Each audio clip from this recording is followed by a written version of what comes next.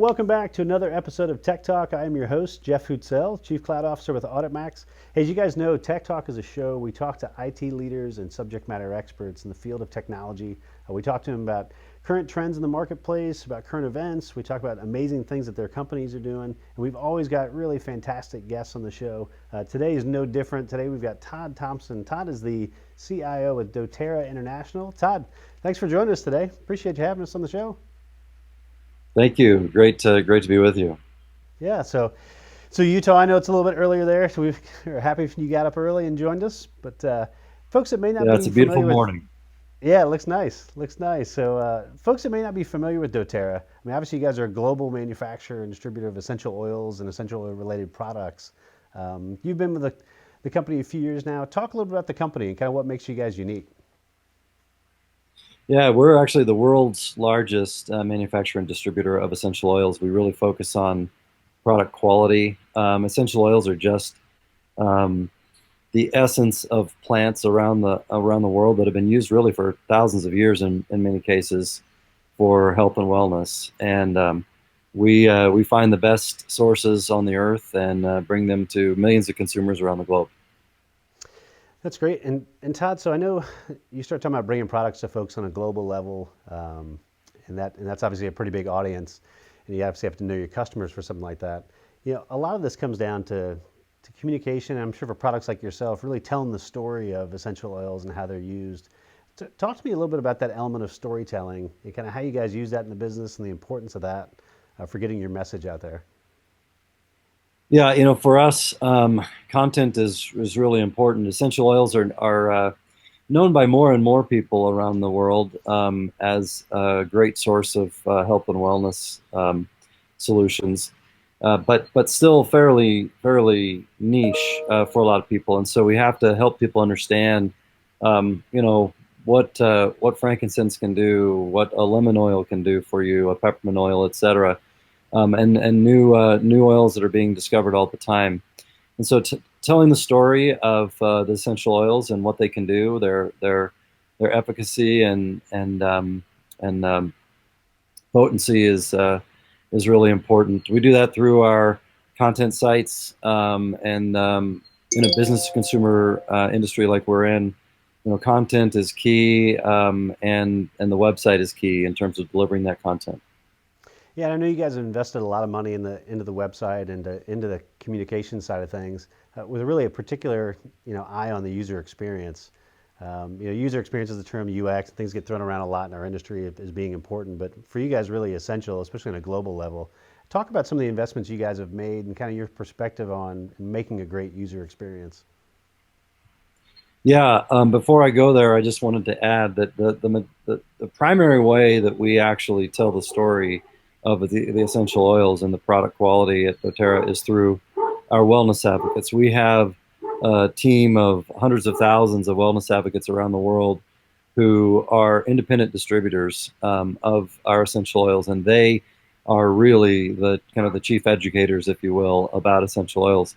But of course, we empower them through the websites, and the commerce site is an important part of that. So we have an e-commerce site which deals with the sign up and shopping of millions of consumers around the globe in whatever language is appropriate, and trying to deal with the different payment types and the different needs of different users, whether they're a first-time user, maybe a retail buyer versus a experienced monthly subscription holder, making sure that process is smooth for consumers around the world and native to their local kind of cultural preferences and experiences.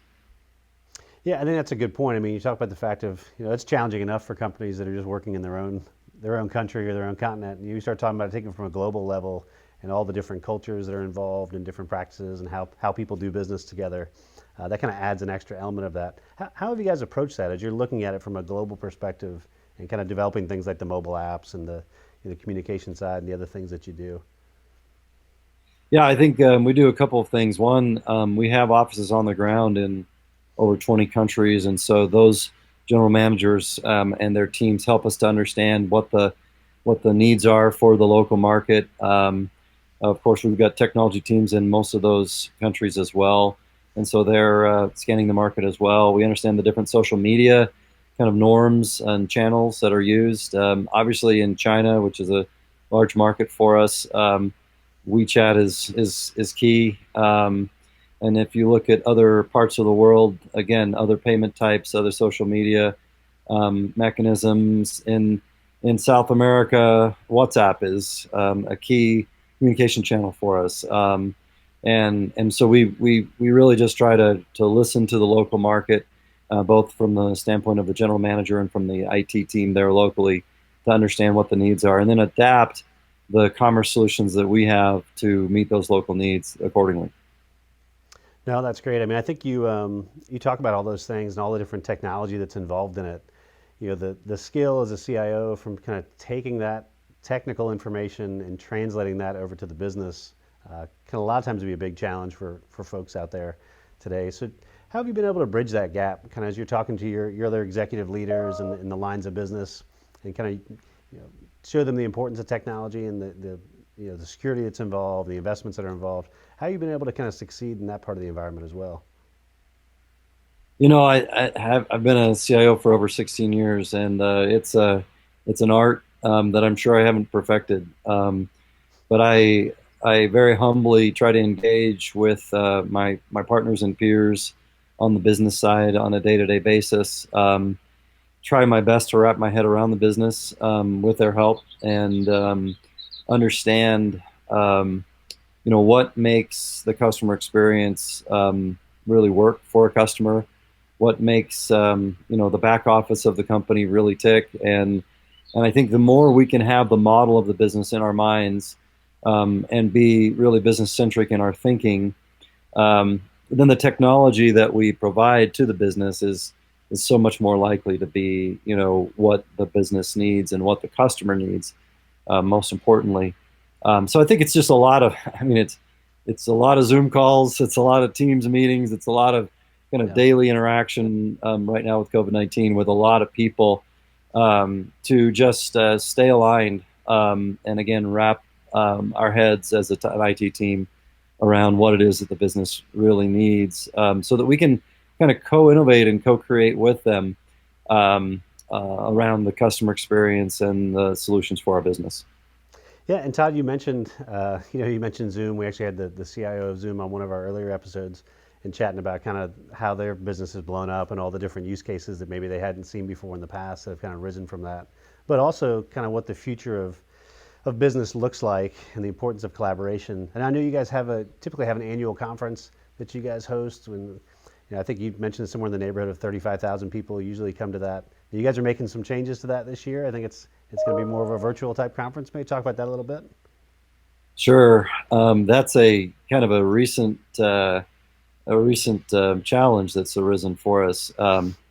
We get a lot of benefit from meeting with our wellness advocates and customers. It's a global annual convention that it's the largest corporate convention in the Salt Lake City area annually. And we pack the hotels and stretch the limits of the airports and everything else, the convention centers and the arenas. And this year we just can't do it in person because of the limitations that have been brought on us by the coronavirus. And so we're doing it virtually. And I know a lot of companies are making that leap. For us, we expect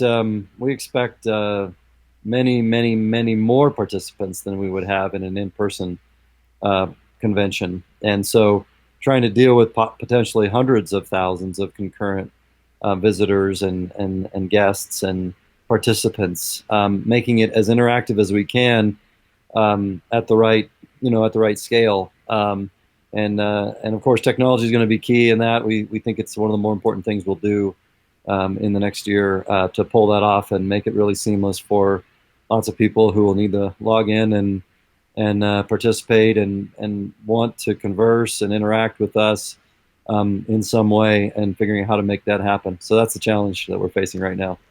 Yeah, I can imagine it's in some respects, people are sad they're not going to get to see their peers in person and be around that. But at the same time, like you mentioned, it opens it up to a lot of folks that may not have had the ability to travel and move out there. Now Right. you have, kind of exponentially, larger number of folks that can get engaged and be part of that conversation. So hopefully that's a good trend that we see there.